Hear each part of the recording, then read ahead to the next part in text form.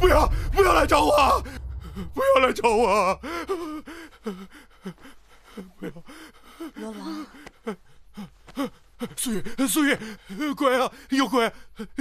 那鬼又来找我了！没有鬼，夫君，没有鬼啊！放心吧，鬼啊！做梦而已。我去给您倒杯水压压惊，我去就来。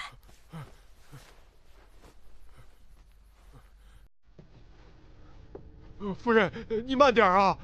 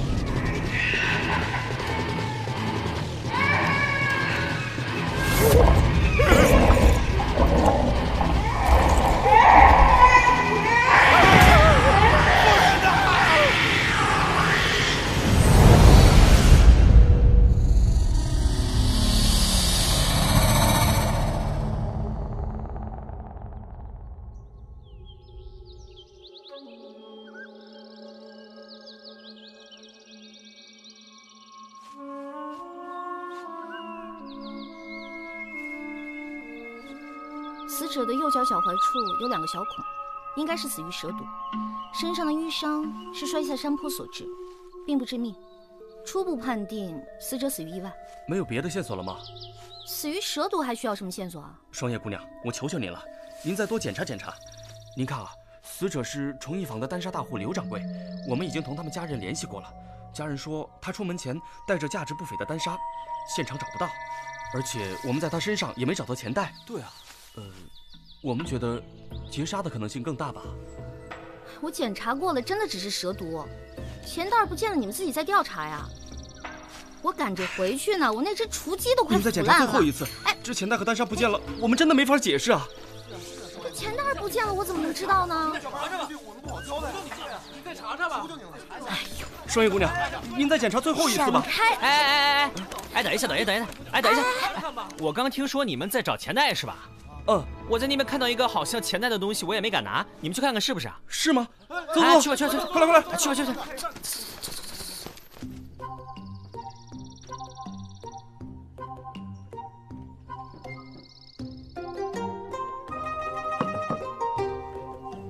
欢迎品尝凡社最新推出的私房菜。你做的吗？好吃呢就是我做的，不好吃就是李师傅做的。李师傅做的。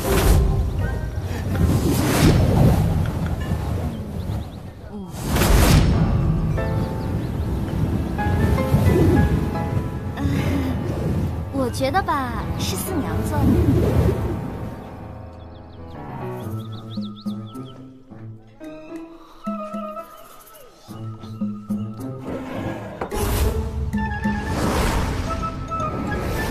什么？是罗员外。昨天夜里，罗员外的夫人莫名的死了。关我什么事？罗夫人是当今礼部侍郎的千金，所以案子尤为重要。哎呀，我是不是中毒了？我刚刚，前天你在城墙底下变戏法，骗走了3个小孩不少零钱。昨天你在烧饼铺，趁老板给人找钱的时候，顺走了2个烧饼。你有什么证据啊？你没有证据不要血口喷人。前天你骗完钱跑了，几个孩子一直哭，把父母都哭出来了，是我给的钱。昨天烧饼铺，你前脚走，老板后脚追，也是我给你垫付了钱。这些是完，可你欠我钱的事没完。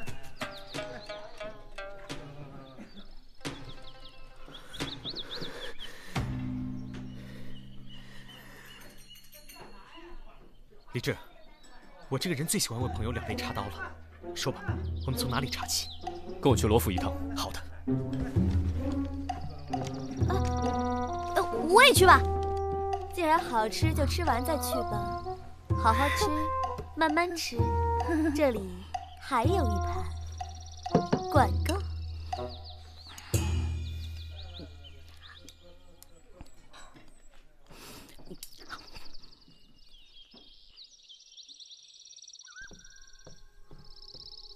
怎么样？死者鼻腔有血，尸体上没有任何外伤。至于具体死因，一时半会儿还不好确定。我需要把尸体带回去，进一步查验。最后一个接触死者的就是罗员外，先跟他聊聊。几位请，几位请。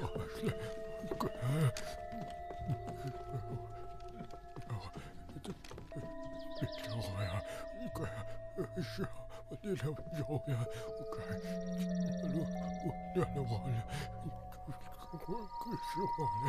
你们家主人这是怎么了？我家主人已经这样有一段日子了，像是发癔症似的。他老说自己被鬼缠上了，说每天半夜都有鬼来找他，还能听到鬼叫。夫人在世的时候，请了庙里的人来超度，也不见好。鬼叫？什么鬼叫？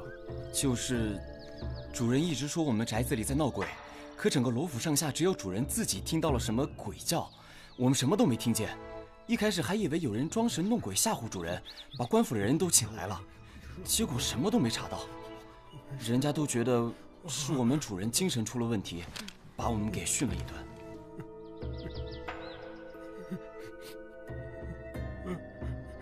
官人呐！官人呐，你快救救我呀！有鬼，我这里有鬼啊！就那个鬼，他没能杀了我，他就杀了我的夫人啊！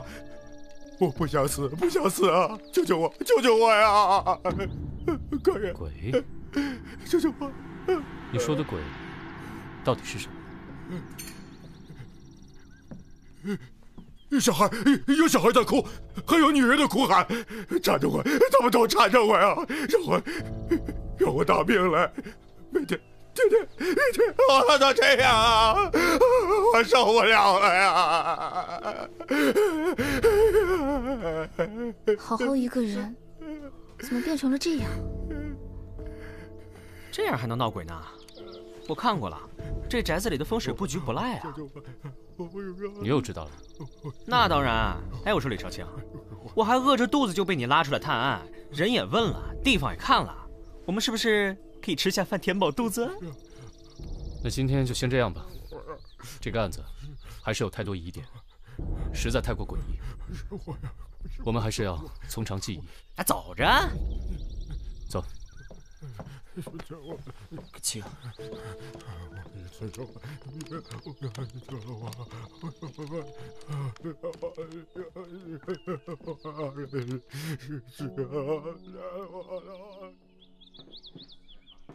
四娘，哎，有什么吃的吗？快点，我实在饿死了。除了吃的，你还知道别的吗？切，案子办得怎么样了？这次案子，我想没那么简单。很棘手吗？那个罗员外说他家里面闹鬼，而且还神神叨叨的，说到最后连饭都没给吃，小气死了。除了吃，你还会什么？上次家宴的时候，我还见了罗员外和罗夫人一面，那时候还好好的，没想到会落到这步田地。紫苏姑娘不必伤神，给你准备了好吃的好喝的，吃饱了喝美了，才有力气探案呢。这态度差距也太大了吧！最好了，四娘，我给你揉揉肩。老大，你们猜我刚才听到了什么？有什么就快说。我在东市啊碰到了给罗夫人葬礼采买的家丁，我跟他闲聊的时候，他无意中说，这罗夫人的死，全府上下，包括街坊邻里，都非常难过，但只有一个人会非常高兴。什么人？她是一个叫青燕的妓女，听说她跟罗员外一直不清不楚，而且这个罗员外跟罗夫人提过要纳她为妾，被罗夫人给拒绝了。听说这青燕对罗夫人一直怀恨在心。不是吧？罗员外不像是这种人，他是我爹的门生。我爹说过，他打小开始就是个敦厚老实的人啊，这肯定是谣言。你说的对。那可不一定哦，人都是会变的嘛。正所谓无风不起浪。三炮萨摩，你们去找青燕了解一下情况。好吃的呢？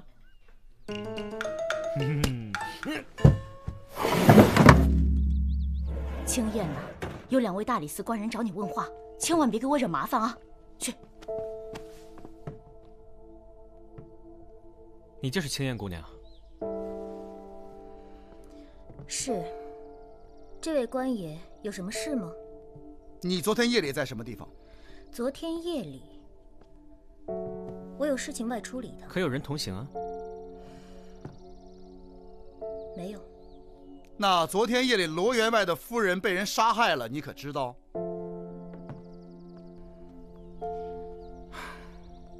我确实不知此事。这与我又有何关系呢？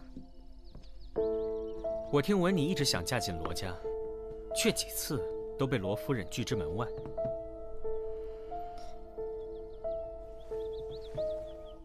你们是在怀疑我吗？那你就告诉我们，昨天晚上你到底在干什么？昨天夜里，我去永安坊云轩客栈陪客人唱曲，不可以吗？2位官爷，请回吧。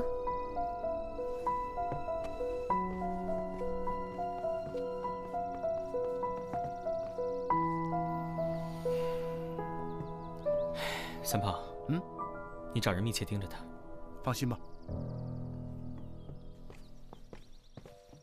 李少卿，你们来了，是不是苏玉的案子有什么进展了？罗员外，你与那个叫青燕的姑娘有什么关系？没什么关系。那昨天夜里，你没有约她出去吗？没有，当然没有啊。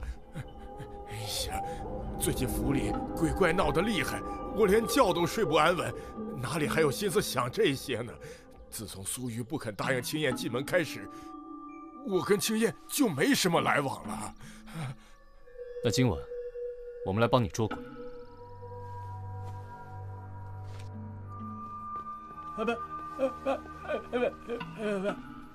他想说什么？他说你们来为主人驱鬼，非常高兴。你俩先去吧，我四处看看。有鬼，有紫苏保护你呢。去吧。各位官人，这边请。请。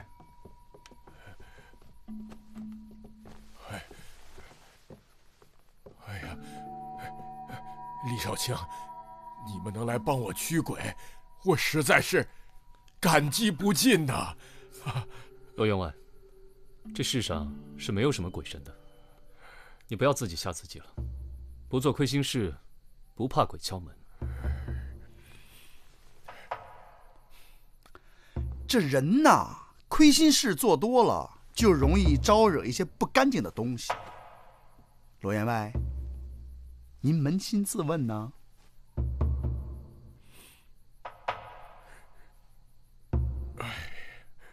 我罗某人一生清贫，最近几年才稍微顺风顺水，搬来了这个大宅子。但是来了之后，却一天好日子也没有过上啊，隔三差五的就会闹鬼。哎呀，不知道我是不是注定只能做个寻常百姓啊？李少卿，你可一定要帮帮我呀！帮帮我，抓住那只鬼，拜托了，拜托了！啊！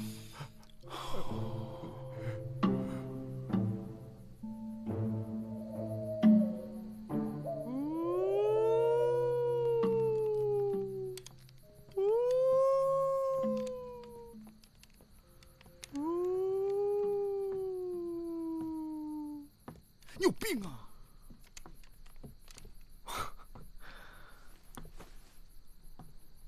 哎呀，好诡异呀！老大，我有点害怕。到前面去看看。啊，去，好。哦，哎呀，你是不是傻？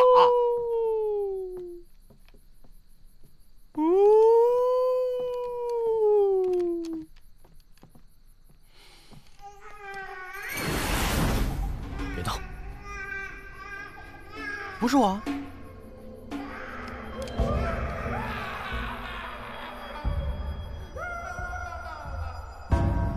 走，分头查一下。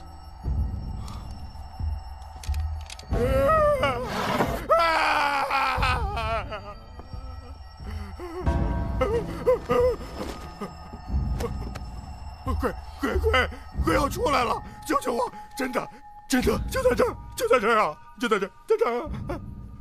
罗员外，罗员外，这房间除了您并无他人，您放心吧。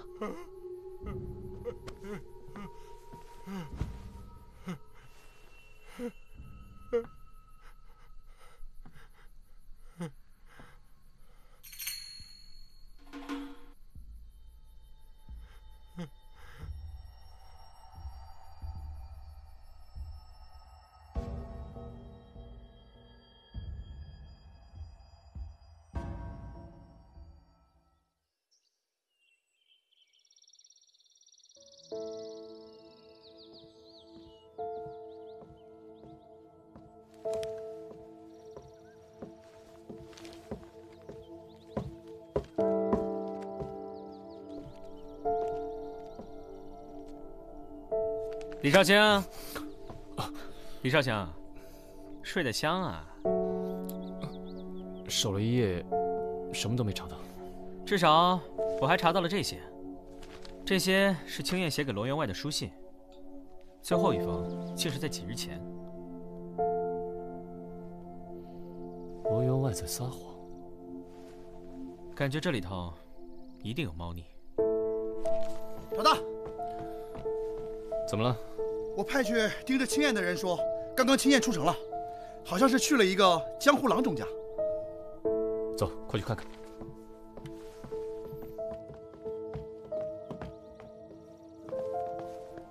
就这儿。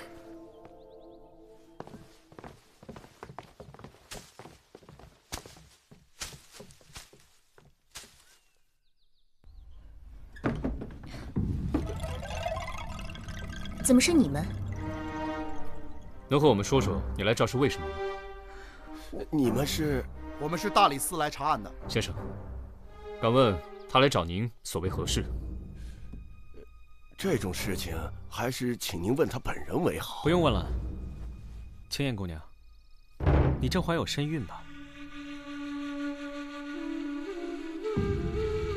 进一步说，你肚子里怀的孩子，正是罗员外的。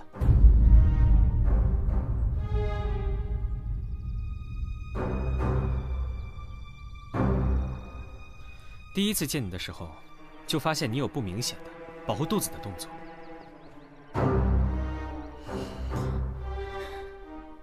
我可以对天发誓，我真的没有杀人。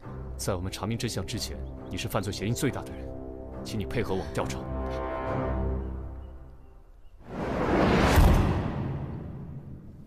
怎么样，死因查出来了吗？我解剖了罗夫人的尸体，死者肝脏肿大，胃肠穿孔，疑似中毒而死。中毒？应该是，但我之前从来没有见过这样的毒发症状，药典里也查不到有关的记载。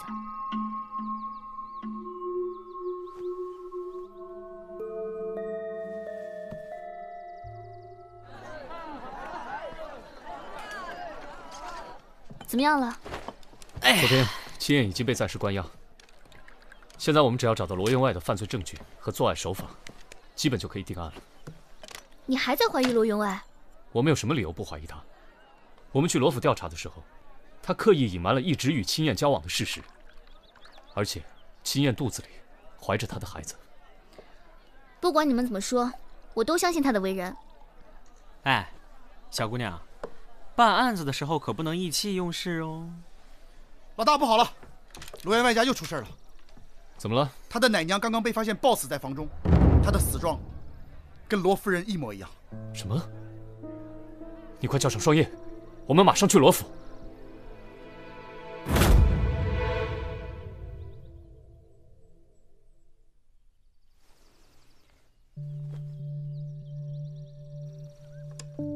时间是在昨晚，死状与罗夫人相同，尸体上没有外伤，鼻孔内有血，且齿龈糜烂，基本可以判定是同一个凶手犯案。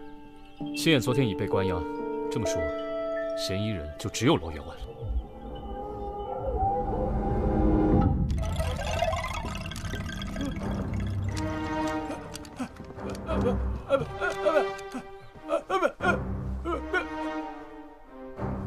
罗庭云，这下你还有什么好说的？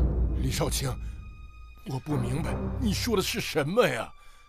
我们已经验过尸体，你伙同青燕毒死了你的夫人，如今又毒害你的奶娘，你还有什么好说的？李少卿，我冤枉啊！我昨天夜里一直在书房练字静心，这哑仆一直在为我研墨，可以为我作证啊！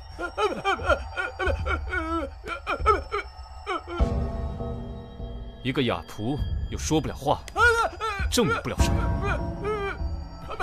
官人，我真的冤枉，我冤枉！来人，我立即封锁罗府，是3日之内不得有人外出。是。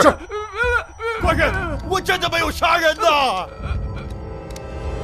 哎，萨摩呢？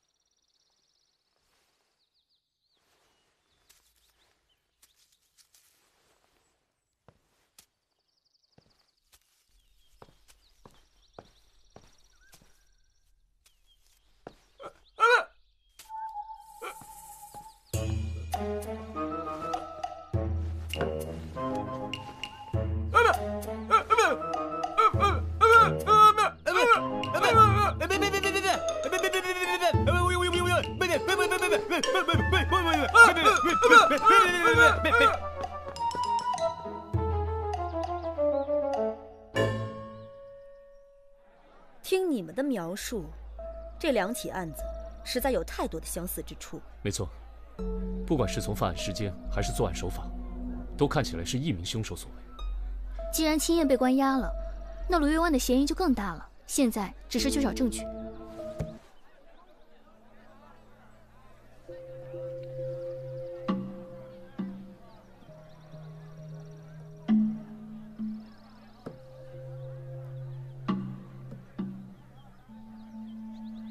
可他为什么要杀他的奶娘呢？这的确是个问题。哎，你去哪儿了？子素，告诉我罗员外的家世，越详细越好。罗员外在考取功名之前是个教书先生，家住在长安城郊的一个小镇子上，现在应该没什么亲人了。罗员外在及第之前曾与家乡的一位姑娘有过婚约，但那位姑娘病逝之后，在家乡也就只剩下奶娘一个亲人了，所以他及第之后便带着奶娘一起来到了长安。关于那位病逝的姑娘，你了解多少？这个恐怕要回去问问父亲。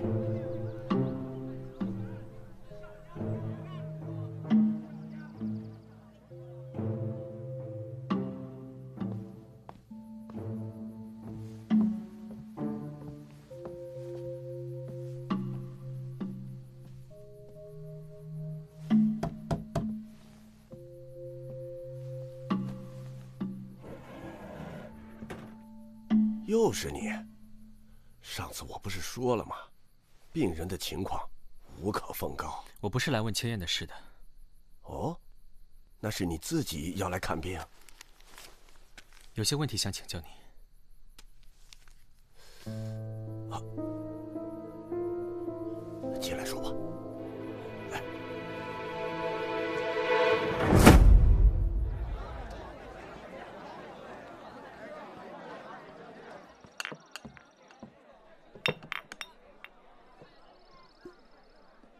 一大早上这么勤快，今儿什么日子啊？早上起来，你看到子苏来过吗？我这才刚睡醒，你认为我知道吗？萨摩，哎，让你打听的事怎么样？父亲说，那位病逝的姑娘并非是什么达官贵人家的女儿，就是罗员外的结发妻子，之前是个戏子。家中还有个弟弟，他死的时候弟弟才7岁，他的忌日似乎就是这2天。当时他特别惨，肚子里还怀着罗员外的孩子。他的弟弟有下落吗？不知道，只知道他去世之后，他们便举家从镇上搬走了。李治，快把秦燕放出来！你干什么？事情还没有查清楚，不能乱放人。把他送到罗府去，告诉罗员外，青燕怀了他的孩子，并且想打掉。你怎么知道的？你听我的，只要你把他送过去，今晚凶手便会水落石出的。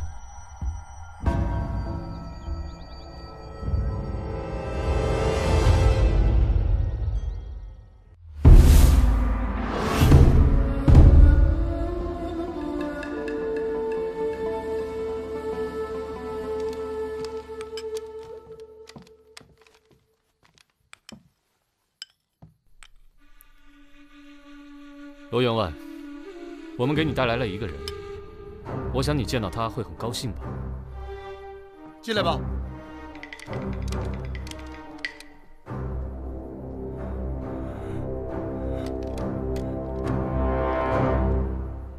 他是谁？我不认识他。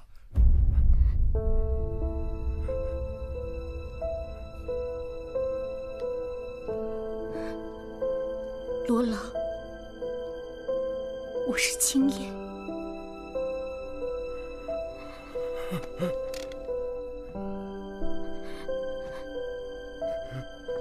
就是你，就是你害得我没了老婆，没了孩子，连从小照顾我的奶娘也丢了性命。说，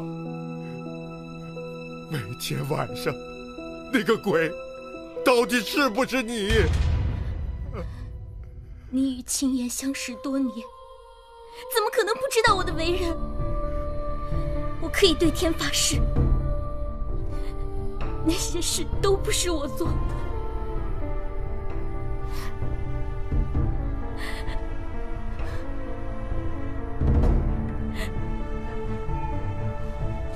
罗员外，我想青燕姑娘应该还有很多话想单独跟您说，我们就先走了。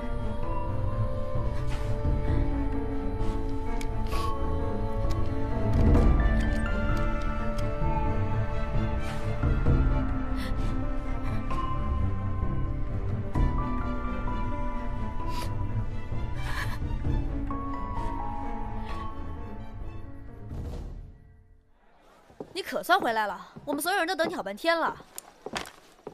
你这又去哪儿骗吃骗喝去了你？我去街上准备今晚抓鬼的东西。捉鬼？捉罗员外家的那只鬼。啊？凑近点，咱们干脆就来一个将计就计，故弄玄虚。咱们今天晚上先把罗员外在家里。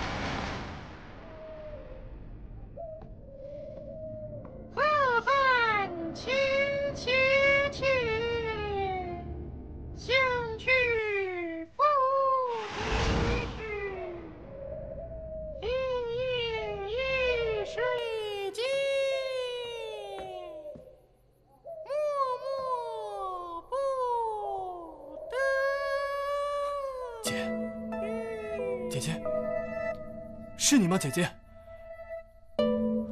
哎，谁在说话？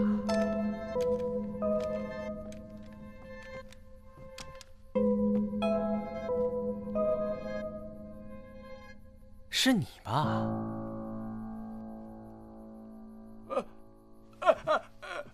得了吧！都在江湖上，你骗谁呢？你假扮阴人，待在罗员外的身边，取得他的信任，而每天夜里又装神弄鬼，想要让罗员外的精神受到折磨。你做的这一切，是为了替你姐姐报仇。哎，奇怪了，主人睡下，仆人们都在后院，他怎么有机会装鬼吓人呢？这就是他的聪明之处了。大家跟我来。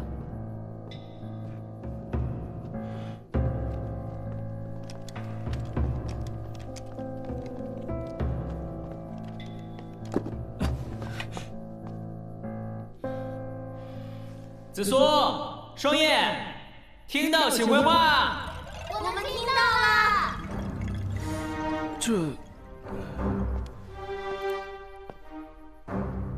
这是怎么回事啊？我第一次来到罗府的时候，就觉得这里的建筑风格非常特别。罗府整个院子就是一个圆，而围墙由磨砖对缝砌成，光滑平整，弧度柔和，再加之围墙上端覆盖着琉璃瓦，人声不会散漫消失，造成了回音的效果。罗员外，你听到的鬼声就源自于此。没错没错。所以说，每一次闹鬼的时候，其实鬼根本就没有在屋子附近，而是在府里的另一侧。那素玉和奶娘的死又是怎么回事？我来了。哎呦，他这院子太大了，累死我了。三炮，我让你找的东西，你找到了没有？啊！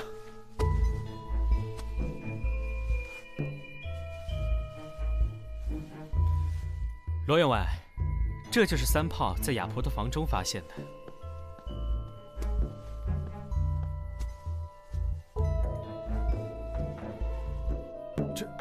这不是？这是丹砂，是提炼水银的原料。医用丹砂纯度低，少量服用可安神定惊。高纯度丹砂有剧毒，市面上根本买不到。前不久，崇义坊的丹砂大户刘掌柜惨死，随身携带的丹砂失踪，钱袋却没丢。想必他是你杀的第一个人吧？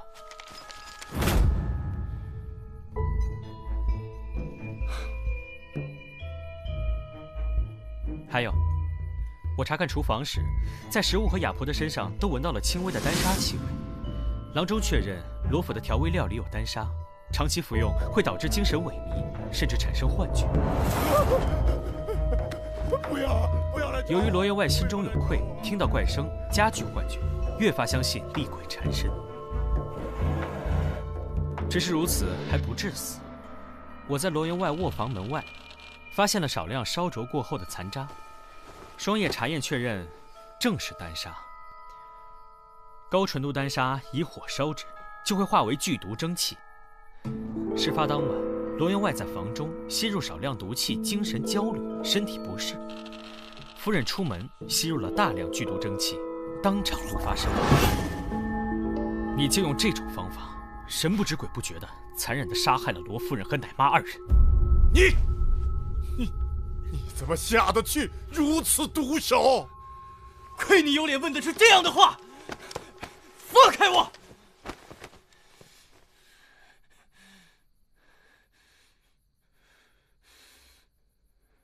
！15年前，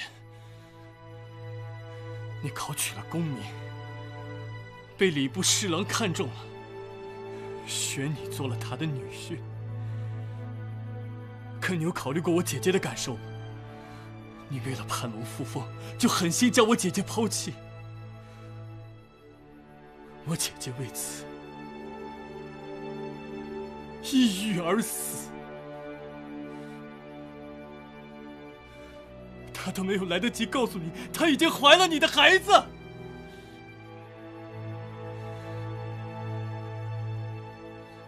当年还有那个奶妈，她不停地在我姐姐耳边煽风点火，说什么不要耽误你的仕途，要为了你的前途考虑。你现在所有的一切，你的院子，你的官位，你所有的一切，是我姐姐和那个孩子的性命换来的，你知道吗？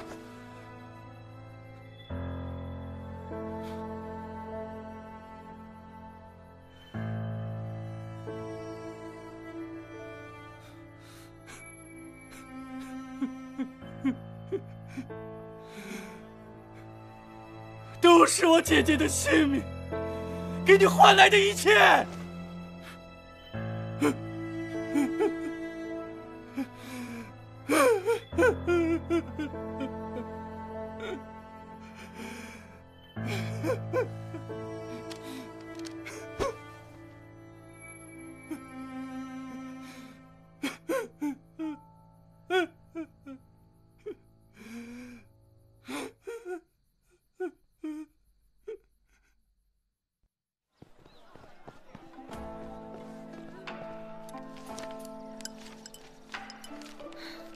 真是没想到，罗员外身上还有这样的故事，最后落得了如此下场。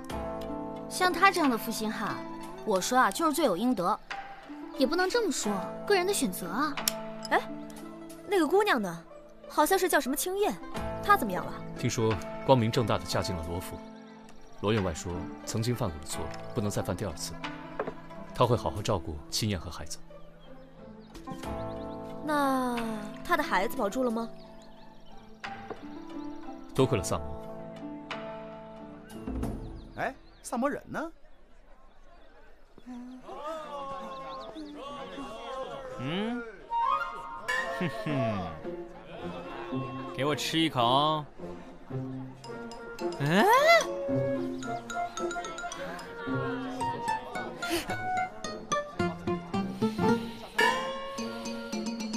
嘿，你。